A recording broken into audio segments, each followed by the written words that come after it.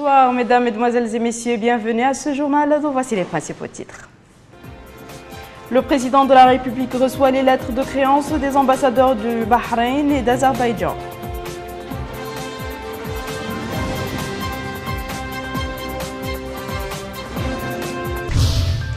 L'Assemblée nationale tient une séance plénière consacrée à la réponse du ministre du Développement rural suite au projet saoudien relatif à l'aménagement d'aires agricoles dans la vallée du fleuve. Le ministère des Affaires sociales, de l'Enfance et de la Famille organise un atelier sur la validation du rapport périodique combiné relatif à la Convention internationale des droits de l'enfant.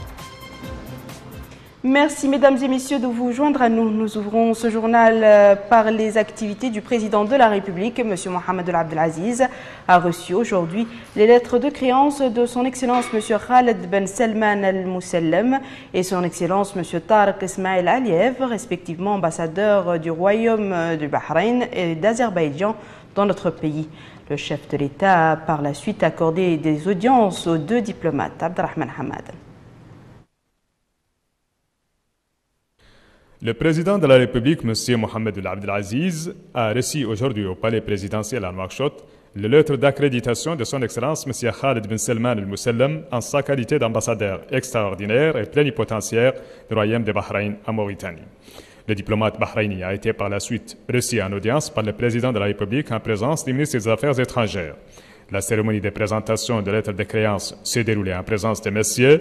Ahmed Tagadi, ministre des Affaires étrangères et de la coopération, Ahmed Bahiya, directeur de cabinet du président de la République, et Sidbih Mohamed Mahmoud, conseiller à la présidence de la République, Hussein Oulidia, ambassadeur directeur du monde arabe au ministère des Affaires étrangères et de la coopération.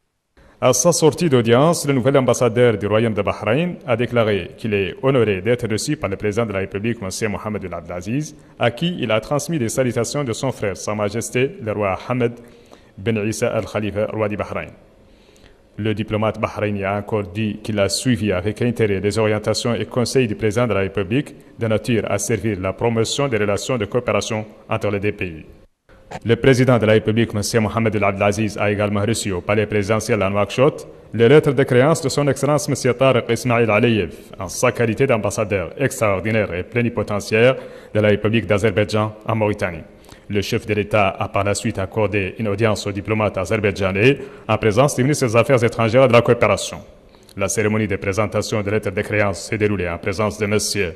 Ahmed Tagadi, ministre des Affaires étrangères et de la coopération, Ahmed Bahiya, directeur de cabinet du président de la République, et Sidbih Mohamed Mahmoud, conseiller à la présidence de la République, Bassamba, ambassadeur directeur de la coopération internationale au ministère des Affaires étrangères et de la coopération.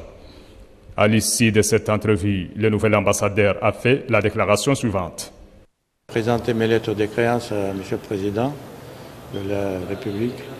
Donc, on a convenu qu'il faut travailler pour élargir notre coopération politique, économique, culturelle, dans tous les domaines. Il y a beaucoup de choses qui sont liées entre notre pays. Il y a beaucoup de ressemblances. Et M. le Président, une fois, était en visite officielle à notre pays. C'était 2010 et j'espère que cette tradition va continuer. Et les chefs d'État et les représentants de haut niveau de votre pays viendront chez nous. Même de notre côté, il faut que les gens viennent, les politiciens, les hommes d'affaires, les diplomates viennent très souvent pour élargir notre relation. L'actualité parlementaire à présent au niveau de l'Assemblée nationale. Les députés ont tenu aujourd'hui une séance plénière sous la présidence de M. Mohamed El Boili, le président de cette chambre. Cette séance a été consacrée à la réponse du ministre du Développement rural, M. Brahim El Mbarak Mohamed El Mokhtar, à la question orale posée par la députée Aminata Niang du parti Tawassul. Voici un résumé de cette séance avec Babacar Ndiaye. Aucun citoyen mauritanien n'a été privé ou confisqué de ses terres. C'est ce qu'a assuré le ministre du Développement rural lors d'une séance plénière à l'Assemblée nationale présidée par son président Mohamed Ould Boilil. Brahim Ould Mbarek Ould Mohamed Mokhtar réagissait à une question orale de la députée Aminata Niang du parti Tawassul. La parlementaire interpellait le ministre du Développement rural sur le projet saoudien relatif à l'aménagement d'aires agricoles estimé à 100 000 hectares dans les environs de Bogué, Woulbirom, Dar El Avia, Dar Barka, Erkiz et Likseiba. Le premier bénéficiaire de ce projet est le peuple mauritanien, a expliqué le ministre du Développement rural, qui a ajouté que ce projet constituait une réponse à la problématique de la sécurité alimentaire en Mauritanie. Parmi les objectifs du projet, le ministre a cité dans ce sens la production de 200 000 tonnes de blé, de 300 000 tonnes d'orge, de 600 000 tonnes d'aliments de bétail. Parallèlement, le projet va générer 1500 emplois, en plus de la création d'une infrastructure de base agricole et pastorale. Concrètement, il s'agira de renforcer, protéger et hisser notre agriculture. C'est ce qui a conduit à l'ouverture d'une clause de partenariat avec des investisseurs étrangers, a précisé le ministre du Développement rural. Dans la foulée, le ministre du Développement rural a annoncé une batterie de mesures allant de la réalisation d'un canal qui permettra d'irriguer 15 000 hectares à l'acquisition d'équipements nécessaires pour maîtriser la qualité des semences en passant par la construction de barrages. Assurer notre sécurité alimentaire et augmenter nos récoltes passe par la création de toutes les conditions appropriées et ce projet en est une, a conclu le ministre du Développement rural. Au Sénat, la conférence des présidents de cette chambre s'est réunie aujourd'hui sous la présidence de M. Mohamed El-Hassan El-Haj, son président. Le gouvernement a été représenté à cette réunion par le ministre de la Communication et des Relations avec le Parlement, Maître Sidi Mohamed El-Maham. La réunion a été consacrée à la discussion de 2 projets de loi présentés par le gouvernement. Le premier projet autorise la ratification de la convention de crédit signée le 9 juillet 2013 au Koweït entre le gouvernement mauritanien et le Fonds arabe pour le développement économique et social, FADES, destiné à la contribution au financement du projet du nouvel aéroport de Nouakchott à hauteur de 9 millions de dinars koweïtiens, soit l'équivalent de 9,56 milliards d'ouguiyas. Le crédit en question est remboursable sur une période de 25 ans, dont 7 années de grâce, assorti d'un taux d'intérêt de 2,5% sur les montants du prêt décaissé et non remboursé. Le second projet de loi autorise la ratification de la convention de crédit signée le 26 novembre 2013 à Abu Dhabi entre le gouvernement mauritanien et le Fonds d'Abu Dhabi pour le développement destiné au financement du projet de construction de la route de Nema Bangou Baseknou Vassala, frontière du Mali. La présente convention de crédit porte sur un prêt d'un montant de 110,19 millions de dirhams, soit l'équivalent de 9,88 milliards d'ouguiyas, remboursable sur une période de 20 ans, dont 5 ans de différé, assorti d'un taux d'intérêt de 1,5%. La conférence des présidents a soumis les 2 projets de loi à la Commission des affaires économiques et de la planification pour examen. Je vous le disais en titre, le ministère des Affaires sociales, de l'enfance et de la famille a organisé aujourd'hui à Nouakchott un atelier sur la validation du rapport périodique combiné relatif à la Convention internationale des droits de l'enfant. La cérémonie s'est déroulée en présence de la commissaire des droits de l'homme à l'action humanitaire et aux relations avec la société civile et du secrétaire général du ministère des Affaires sociales, de l'enfance et de la famille. Compte rendu de Bakar Bailaba. Ce qui caractérise l'enfant, c'est sa jeunesse et sa vulnérabilité. L'enfant est un être en pleine croissance, un adulte en devenir qui n'a pas les moyens de se protéger seul. C'est dans cette optique que se situe le cadre de cet atelier, l'occasion pour la ministre des Affaires sociales, de l'enfance et de la famille, Mme Lemina Mintel Kotob Olmoma, d'indiquer que son département s'est attelé à l'ancrage d'une culture de droit autour des questions de l'enfance à travers la promotion de lois et l'appui de l'enseignement préscolaire. Elle a ajouté que la Mauritanie est l'un des pays les plus soucieux d'une application complète du contenu de la Convention internationale des droits de l'enfant.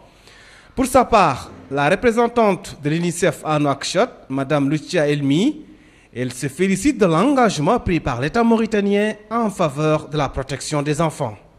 L'élaboration des rapports périodiques combinés pour la Mauritanie en tant qu'État partie de la Convention relative aux droits de l'enfant est un processus et c'est un moment important pour les pays et pour les enfants de la Mauritanie. La validation de la soumission de ces rapports dans les délais requis par le Comité des droits de l'enfant de Genève témoigne, si besoin était, l'engagement résolu du gouvernement mauritanien à mettre ces conventions, la Convention des droits de l'enfant, au centre de ses politiques et législations. Cela s'est notamment traduit par la création par un arrêté ministériel du comité national en charge de l'élaboration des rapports qui s'est réuni aujourd'hui pour valider les rapports, le travail que vous avez déjà commencé, et aussi pour systématiser les suivis des conventions pour éviter les retards. Ainsi, les enfants doivent bénéficier des services d'aide et de soutien dont ils ont besoin et ils doivent être protégés contre toute forme d'exploitation. En un mot, l'humanité doit donner à l'enfant ce qu'elle a de meilleur. Le ministre secrétaire général du gouvernement, M. Diallo Mamadou Bati, a présidé aujourd'hui dans la salle de réunion de la primature la réunion mensuelle des secrétaires généraux des ministères consacrée cette fois-ci à l'examen de 2 points. Le premier porte sur l'état d'avancement de l'exécution de l'instruction du président de la République relative à la mise en place de plans d'action au niveau de chaque département ministériel, ainsi qu'un dispositif d'exécution de ces plans et des projets de développement mis en œuvre par chaque département avec l'insertion du rapport final de la rencontre des jeunes avec le président de la République dans les plans respectifs. Le second point a porté sur des échanges d'expériences et de points de vue sur des questions pratiques en rapport avec la performance de l'administration. Notons que ces plans d'action serviront comme instrument de programmation et de contrôle de l'activité gouvernementale dans un souci de cohérence et d'efficacité. Dans la wilaya du Houd al-Qarbi, plus précisément à Koubenni, le commissaire à la sécurité alimentaire a supervisé la distribution d'importantes quantités de produits alimentaires à des familles nécessiteuses. Plus de précisions avec Rabia Adeta. Dans la localité de Hassi Ahmed Bishner, relevant de la Muqata'a de Koubenni, dans le Houd al-Sharqi, le commissariat à la sécurité alimentaire a procédé à la deuxième opération de distribution gratuite de produits alimentaires. Cette distribution intervient dans le cadre du plan d'urgence mis en place par le commissariat. À cette occasion, le commissaire à la sécurité alimentaire, M. Sid Ahmed Oulbaba, a précisé que cette distribution gratuite de vivres permettra aux populations de faire face à cette période difficile, consécutive au déficit pluviométrique. Le commissaire a souligné que la forte demande visant à l'augmentation du nombre de boutiques ML prouve indéniablement la réussite de ce programme. Il a rappelé que le commissariat exécute chaque année des programmes d'urgence sur instruction du président de la République, M. Mohamed Abdelaziz, qui accorde un intérêt particulier aux populations nécessiteuses. Les élus locaux ont quant à eux remercié les autorités pour cette opération de distribution gratuite de vivres en demandant l'augmentation du nombre de boutiques ML. Dans la Muqata'a de Koubenni, le commissaire à la sécurité alimentaire, M. Sid Ahmed Oulbaba, a tenu une réunion en présence de responsables administratifs et municipaux ainsi que des élus locaux. Au cours de cette réunion, il a passé en revue le rôle que joue le programme ML dans la mise à disposition des denrées alimentaires à des prix limités au profit des franges nécessiteuses. À leur tour, les intervenants ont apprécié ce geste demandant l'augmentation du nombre de boutiques ML en ajoutant l'importance de l'augmentation de centres de santé dans la Muqata'a. Dans la localité de Grigahel-Oudje, le commissariat à la sécurité alimentaire a procédé à la distribution gratuite de denrées alimentaires. À cette occasion, le maire de la localité a remercié les autorités pour cette opération en remerciant en particulier le président de la République, M. Mohamed Abdelaziz. Notons que le commissariat à la sécurité alimentaire a procédé à la distribution de 6400 tonnes de blé et de 52 tonnes d'huile dans la wilaya du Houd al-Sharqi au profit de 6000 familles nécessiteuses. Le commissariat aux droits de l'homme, à l'action humanitaire et aux relations avec la société civile, en collaboration avec le Haut Commissariat des Nations Unies aux droits de l'homme, a organisé aujourd'hui à Nouakchott un atelier qui a pour objectif de préparer le lancement du plan d'action de la feuille de route pour la lutte contre les séquelles de l'esclavage. Abdelrahman Hamadan. Cet atelier a pour objet le lancement du plan d'action de la feuille de route pour la lutte contre les séquelles de l'esclavage. Participe à cet atelier qui est organisé par le Commissariat aux droits de l'homme, à l'action humanitaire et aux relations avec la société civile, en collaboration avec le Haut Commissariat aux droits de l'homme, des représentants de l'Agence Tadamoun pour la lutte contre les séquelles de l'esclavage, l'insertion et la lutte contre la pauvreté, de la Commission nationale des droits de l'homme, ainsi que des représentants des organisations de la société civile opérant dans ce domaine. Ouvrant les travaux de cet atelier, la commissaire aux droits de l'homme, à l'action humanitaire et aux relations avec la société civile a souligné que l'organisation de cet atelier permettra d'élaborer le projet de plan d'action qui mettra fin à toutes sortes de séquelles de l'esclavage. Madame Aïchetou Mentemhayham a passé en revue les améliorations amorcées par l'État dans le but de promouvoir les droits de l'homme en général et la lutte sans relâche contre les séquelles de l'esclavage en particulier. La commissaire a rappelé dans ce contexte la création d'un programme national pour la lutte contre les séquelles de l'esclavage, englobant toutes les zones cibles, la criminalisation de l'esclavage par un document constitutionnel, la création de l'agence Tadamoun pour la lutte contre les séquelles de l'esclavage, l'insertion et la lutte contre la pauvreté, la création de tribunaux spéciaux pour les questions de l'esclavage. La feuille de route proposée a été élaborée suite à des rencontres et des concertations entre les différents acteurs opérant dans le domaine. La feuille de route adoptée par le gouvernement lors de la 3e visite à la rapporteure spéciale reflète le résultat du séminaire de validation dans sa quasi-totalité. Je suis impatient que nous débutions notre travail ensemble et je suis très reconnaissant du fait que le gouvernement ait invité le bureau du Haut Commissariat à participer aux travaux de cette commission. Je me réjouis de la coopération avec la société civile qui, je n'en doute pas, accompagnera le processus de mise en œuvre de la feuille de route de manière critique et constructive sur la base de la vaste expérience sur la question de l'esclavage pendant de nombreuses années. La Commission nationale des droits de l'homme sera un autre partenaire indispensable dans cette entreprise. Les participants à cette rencontre auront à discuter des meilleures voies et moyens susceptibles d'accélérer l'élaboration du plan d'action national en vue de l'exécution de la feuille de route sur les séquelles de l'esclavage. Toujours au chapitre des droits de l'homme, hier, le siège du Haut Commissariat aux droits de l'homme a abrité une journée de sensibilisation au profit des partenaires nationaux, pouvoirs publics, services et institutions s'intéressant aux droits de l'homme. Cette journée a pour objet d'informer les intéressés du contenu de la convention signée entre notre pays et le bureau du Haut Commissariat aux droits de l'homme. Ziaïda. Les droits de l'homme étaient à l'honneur hier avec la tenue d'une journée de réflexion portant sur l'accord du siège du bureau du Haut Commissariat des Nations Unies en Mauritanie. Une journée qui a porté sur le principe même d'ouvrir un siège de la Commission des droits de l'homme dans notre pays. Ceci a été l'occasion pour les participants de discuter des tâches dédiées à la représentation du Haut Commissariat des Nations Unies pour les droits de l'homme. Une occasion également pour la commissaire aux droits de l'homme à l'action humanitaire et aux relations avec la société civile, Aïchetou Mentemhayham, de souligner l'importance de cette rencontre, ajoutant qu'elle aura permis d'éclairer les différents parties concernées sur le contenu de la convention du bureau du Haut Commissariat des Nations Unies. Elle poursuit en affirmant que la situation des droits de l'homme en Mauritanie a connu un développement considérable grâce au climat de liberté et de la pratique démocratique qui règne depuis quelques années dans le pays. La commissaire a pour finir précisé que tous ces acquis restent le fruit de la volonté sincère et des engagements du président de la République. Pour sa part, M. Strauss, le représentant des Nations Unies pour les droits de l'homme en Mauritanie, a mis l'accent sur l'accord du siège qui, selon lui, répond aux attentes des populations.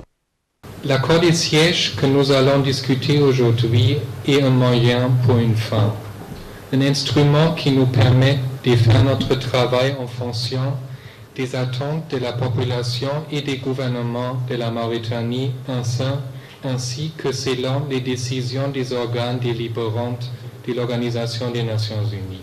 Le respect des obligations en matière des droits de l'homme devrait faire partie de chacun de ces domaines, tous les jours et dans toutes leurs activités. Ceci définit notre rôle également dans l'équipe de pays ici à Nouakchott. Le travail du bureau est composé des 3 éléments distincts mais indissociables. La surveillance des violations des droits de l'homme, l'assistance technique auprès des gouvernements et de la société civile et le renforcement des capacités des partenaires nationaux et internationaux afin d'intégrer les droits de l'homme dans tous les domaines politiques. Cette journée a été également animée par des communications, des débats traitant entre autres les objectifs, les missions et interventions du Haut Commissariat des Nations Unies pour les droits de l'homme dans notre pays. Le secrétaire général du ministère de la Santé, Dr Mokhtar El-Hindi, a supervisé le lancement officiel des interventions de la fondation américaine Starkey Hearing de lutte contre la surdité dans le cadre d'un partenariat avec le département de la santé dans notre pays. La fondation américaine, qui travaille en harmonie avec l'initiative d'éradication de la surdité, envisage de disponibiliser une importante quantité d'outils et accessoires d'une valeur d'environ 2 milliards d'ouguiyas pour la prise en charge des personnes victimes de surdité en Mauritanie. Mohamed Abdallah Yab. Des examens pour tester les degrés de surdité chez les sourds mauritaniens. Ces enfants bénéficiaires sont principalement issus de Nouakchott, Seyli Babi et Kaedi. Suite à ces diagnostics, ils auront des implants électroacoustiques, des appareils médicaux qui doivent atténuer leurs pertes auditives. L'opération d'aujourd'hui est un fruit palpable de la coopération entre le ministère de la Santé et la fondation Starkey. Prenant la parole à cette occasion, le secrétaire général du ministère de la Santé a remercié les efforts louables menés par la fondation américaine, une fondation caritative qui lutte, selon le secrétaire général, contre la surdité dans les pays francophones. Après cette action marquant le commencement de ses activités dans les pays, la fondation Starkey va offrir des appareils et des équipements médicaux d'une valeur de 2 milliards d'ouguiyas, a affirmé le secrétaire général. De son côté, le président de la fondation Starkey a indiqué que son organisation œuvre pour le suivi des cas de surdité au niveau régional et mondial. Cette organisation soutient les sourds d'abord en identifiant les degrés de surdité et ensuite en leur offrant des appareils médicaux. La fondation Starkey a travaillé longtemps dans des pays africains anglophones. Depuis quelques années, elle a commencé de cibler d'autres pays francophones de la sous-région. Le Sénégal seul abrite déjà environ 5000 bénéficiaires. Cette initiative sénégalo-américaine a rencontré l'adhésion du gouvernement mauritanien, représenté ici par les secrétaires généraux des ministères de la Santé et du ministère des Affaires sociales, de l'enfance et de la famille. Cette édition est la toute première d'une série d'autres qui devraient déboucher sur l'obtention d'un merveilleux outil qui s'appelle prothèse auditive, à l'occasion d'une grande phase. Cette grande phase verra la participation de la grande équipe de la Fondation Starkey. Notons que cette opération d'inscription des bénéficiaires va durer jusqu'à le 25 avril en cours. Le siège de la Commission nationale pour l'éducation, la culture et les sciences a abrité aujourd'hui les travaux d'un atelier national sur les mécanismes de sécurité alimentaire dans notre pays. Cet atelier de 3 jours a pour objet d'examiner les problématiques alimentaires et les moyens permettant de les prévenir. Moussa Ndiaye. Cet atelier vise à renforcer les capacités des pays membres de l'ISESCO dans le but de réduire les crises alimentaires que rencontrent les franges de la société les plus nécessiteuses. Une occasion pour Dr Ismaël Welchouaïb, secrétaire général de la Commission nationale pour l'éducation, la culture et les sciences, de mettre l'accent sur l'importance des débats et discussions des différents thèmes qui seront abordés au cours des travaux de cet atelier. De son côté, M. Ahmed Salem Boulcheikh Ben Jafar, directeur du bureau de l'organisation de Da'wa al-Islamiyya en Mauritanie, n'a pas manqué de souligner les efforts de leur organisation, qui, dit-il, a pris ses dispositions au moment opportun pour financer des projets des femmes et des familles nécessiteuses. 3 jours durant, les participants à cet atelier auront à débattre des mécanismes pour renforcer la sécurité alimentaire tout en mettant l'accent sur les efforts du gouvernement mauritanien visant à réduire les crises alimentaires. Au terme d'un décret rendu public hier par la présidence de la République, le collège des électeurs a été convoqué pour l'élection du président de la République le 21 juin 2014. Dans ce cadre, les préparatifs se poursuivent pour organiser les élections présidentielles. C'est ainsi que la Commission nationale électorale indépendante s'attelle à parachever le recensement administratif à vocation électorale. Dans ce cadre, nous invitons ce soir M. Abdallah Diara, directeur de la communication et de l'éducation citoyenne à la CENI, pour jeter la lumière sur le déroulement de l'opération du Ravel. Bonsoir, monsieur le directeur, et merci d'avoir répondu à notre invitation. Monsieur le directeur, hier, le collège électoral a été convoqué en perspective de l'élection présidentielle du 21 juin prochain. Dans quelle mesure votre institution est-elle prête pour organiser ces échéances? Oui, merci et bonsoir. Notre institution est tout à fait prête pour répondre à ce décret de convocation, puisque ce décret a été pris et s'inscrit dans le cadre des dispositions constitutionnelles. Donc, c'était une date prévisible. Et par rapport à cela, la CENI s'est préparée depuis plusieurs semaines. Ces structures démembrées sont en place, c'est-à-dire les structures au niveau régional, départemental et local.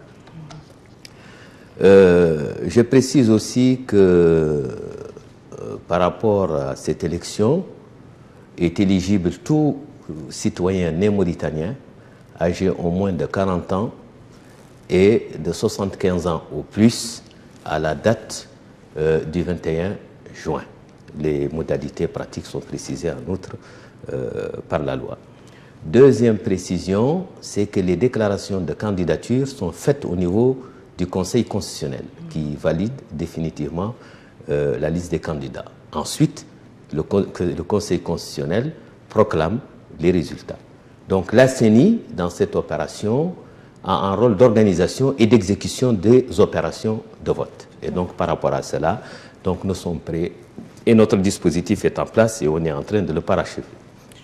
Par rapport au Ravel, et cela est très important, le recensement à vocation électorale qui a été fait lors des élections législatives municipales nous a permis de mettre pour la première fois en Mauritanie une liste en fichier électoral biométrique. C'est-à-dire que c'est un système qui permet de garantir la transparence et la crédibilité du vote.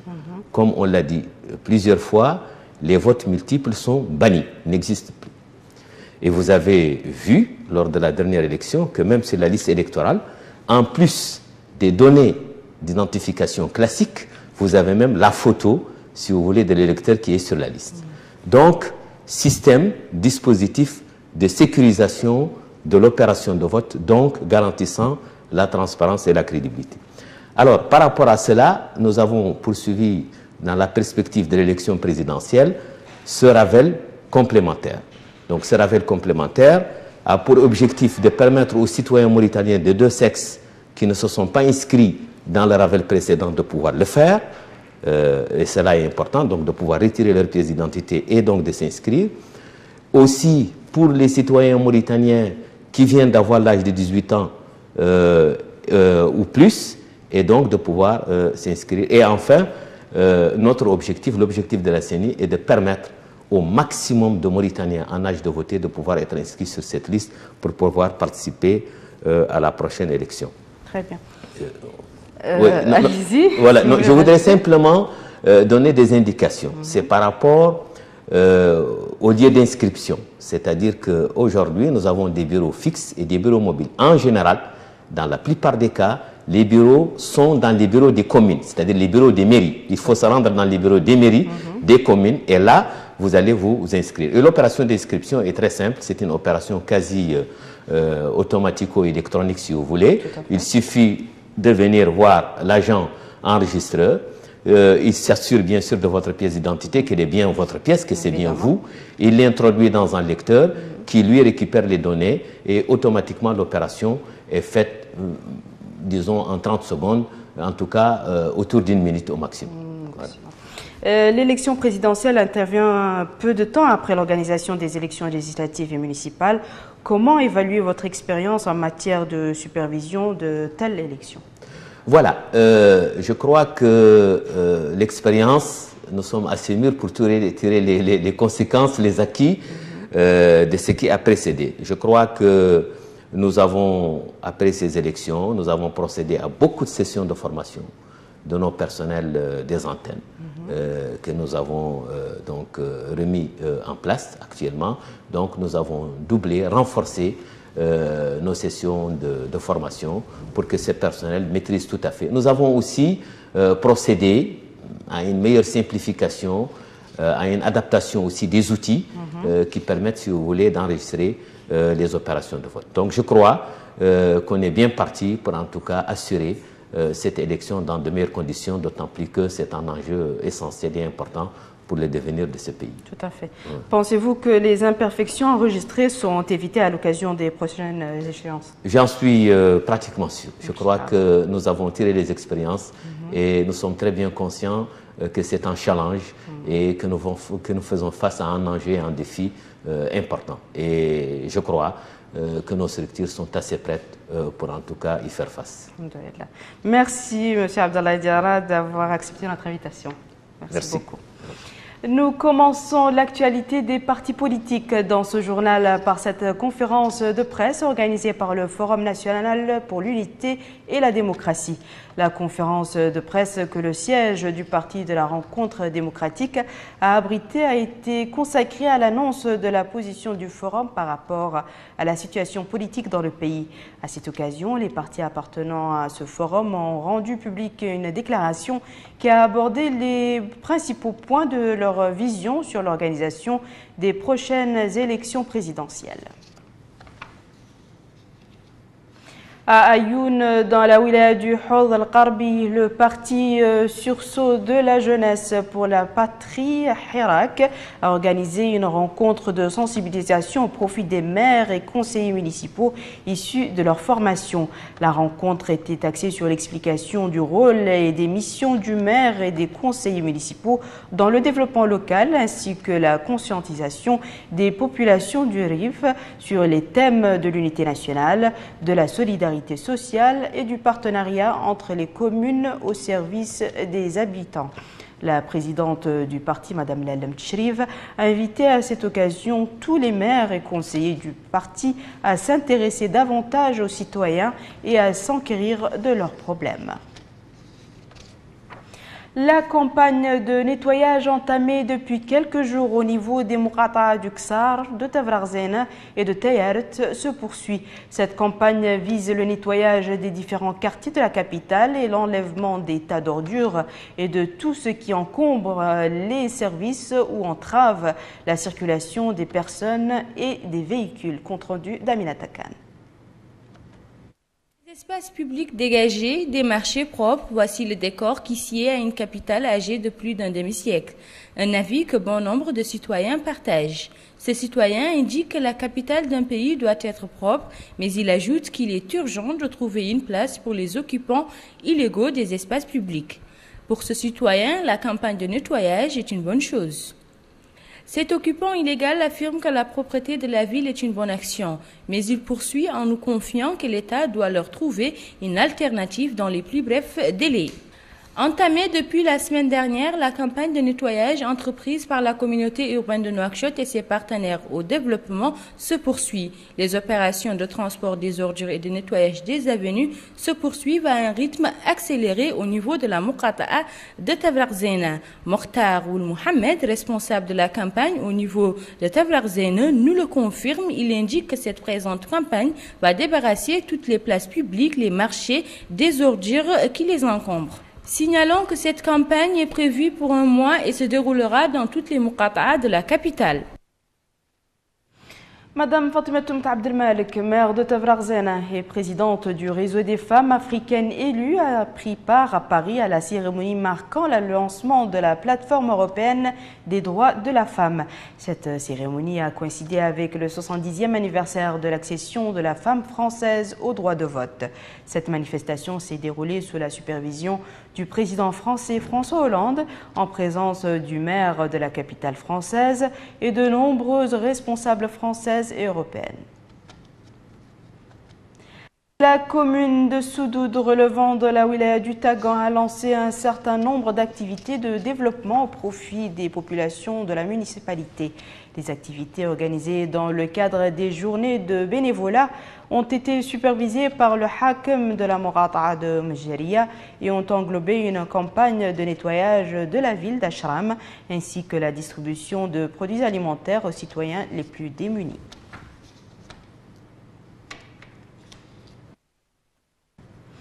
La coalition des ONG mauritaniennes pour l'enseignement commémorait aujourd'hui la Semaine internationale de l'action sous le thème « L'éducation et le handicap ». Cette commémoration vise la sensibilisation sur l'importance de la scolarisation et de l'insertion des handicapés dans la vie active.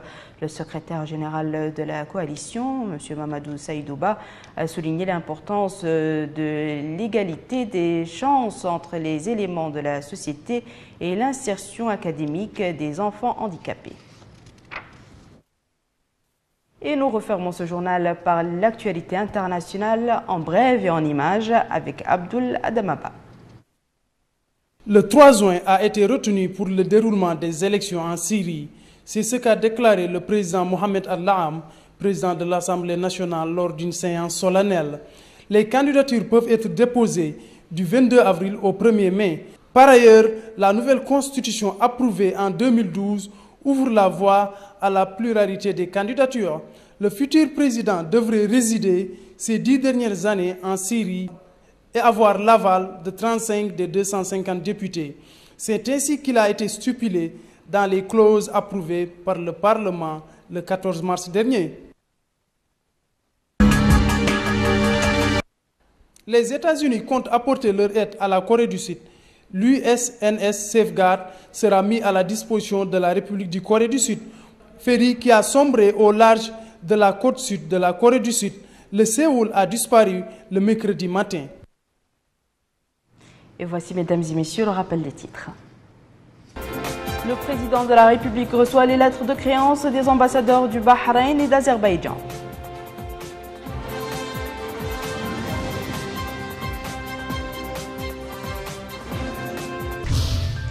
L'Assemblée nationale tient une séance plénière consacrée à la réponse du ministre du Développement rural suite au projet saoudien relatif à l'aménagement d'aires agricoles dans la vallée du fleuve.